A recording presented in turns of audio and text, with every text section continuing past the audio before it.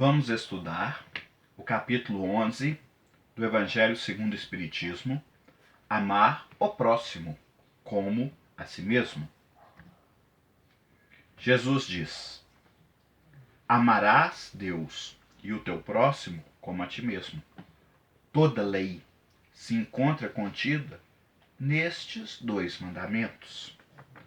Numa outra passagem, Jesus diz: fazei aos homens tudo o que quereis que eles vos façam.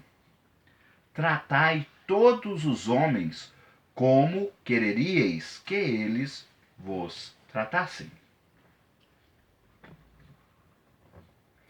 E, logo a seguida, Kardec, no início desse capítulo, vai trazer para nós um caso, uma parábola que Jesus conta, que é o seguinte: havia um senhor cujo empregado lhe devia. O senhor perdoou-lhe a dívida.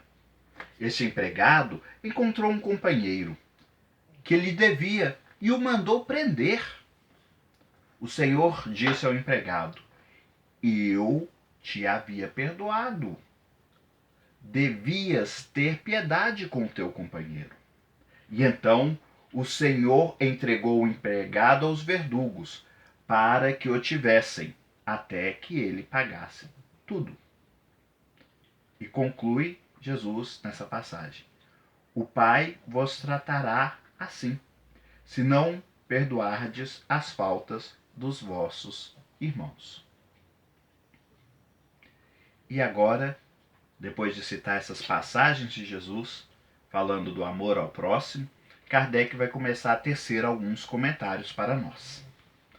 E ele começa citando a passagem que Jesus fala: amar ao próximo como a si mesmo, fazer pelos outros o que quereríamos que os outros fizessem por nós. Eis a mais completa caridade, cuja prática levará à destruição do egoísmo, quando for regra de conduta e base das instituições humanas. Se cada um de nós, toda vez que fôssemos fazer algo, observássemos aquele que está ao nosso lado e refletirmos: será se isso que eu estou fazendo com ele, eu gostaria que fosse feito comigo? Nós, se cada um de nós, nessa nossa humanidade, observarmos esta reflexão antes de praticarmos cada um dos nossos atos, nós estaremos caminhando em direção à mais completa caridade. E assim ocorrerá quando esta reflexão também for a base de conduta de todas as instituições humanas. Nesse momento, o mundo, com certeza, se tornará um lugar muito melhor de se viver. E muitas vezes nós nos perguntamos: e esse dia há de chegar? Sim, os espíritos já nos falam há muito tempo que a Terra vive um momento de transição. Pouco a pouco os homens vão se renovando e crescendo espiritualmente, de tal forma que nós podemos observar que não apenas as pessoas estão se tornando pessoas melhores, mas as instituições também estão progredindo. E por fim, aqueles que não se adaptarem às regras de conduta do bem e do amor continuarão seu progresso em outros mundos, porque o destino da Terra é se tornar um mundo de regeneração, que ainda que não seja um mundo completamente feliz, certamente é um mundo muito melhor que o mundo atual, porque as pessoas seguem o preceito de Jesus, de fazer ao próximo o que gostaríamos que fosse feito para nós, e não fazemos com o outro que não gostaríamos que fosse feito conosco. Numa outra passagem, perguntaram a Jesus: é-nos permitido pagar a César o tributo? E Jesus respondeu: dai a César o que é de César, a Deus o que é de Deus. Nessa passagem, comenta Kardec, Jesus, em uma lição de justiça, diz que a cada um seja dado o que lhe é devido e prescreve o respeito aos direitos de cada um, como cada um deseja que se respeite os seus direitos.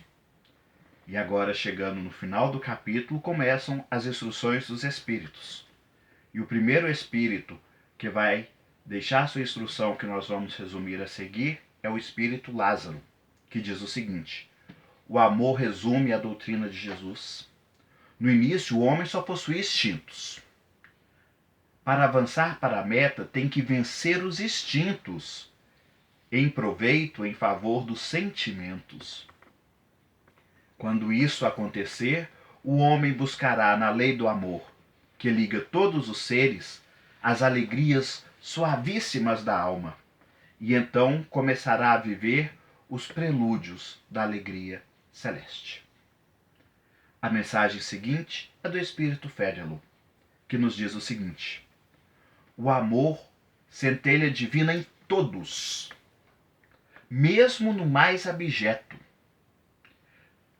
Ou seja, naquela pessoa que nós mais desprezamos por ser má, por qualquer motivo, existe a centelha divina do amor, que há de se desenvolver, com a moral e a inteligência. Porém, essa centelha muitas vezes é abafada pelo egoísmo. Então é preciso que nós comecemos, passo a passo, a amar todos indistintamente. E Fénelon admite: a tarefa é longa e difícil, mas se cumprir-se-á em cada um de nós, dependendo do esforço de cada um de nós em buscar fazer com que essa centelha vibre, brilhe e cresça. Sazon também deixa uma mensagem, que diz o seguinte: amai muito, então tereis consolação e abrandamento das vossas penas. Olha que bonito, o amor abranda as nossas penas. Nos sofrimentos alheios, sede esperança e conforto. E ele nos faz uma reflexão muito interessante. Ele fala o seguinte: sois melhores que há 100 anos, porque já aceitais novas ideias. Daqui a 100 anos, aceitarei outras ideias que hoje rejeitais, mostrando como que nós, século a século, encarnação a encarnação, vamos progredindo. E também tem uma mensagem de Emmanuel sobre o egoísmo. O egoísmo obsta o progresso moral da humanidade. Cabe a nós estipá-lo dentro de nós mesmos. E para isso precisamos nos munir de muita coragem e empregar todos os esforços possíveis. Assim venceremos o egoísmo.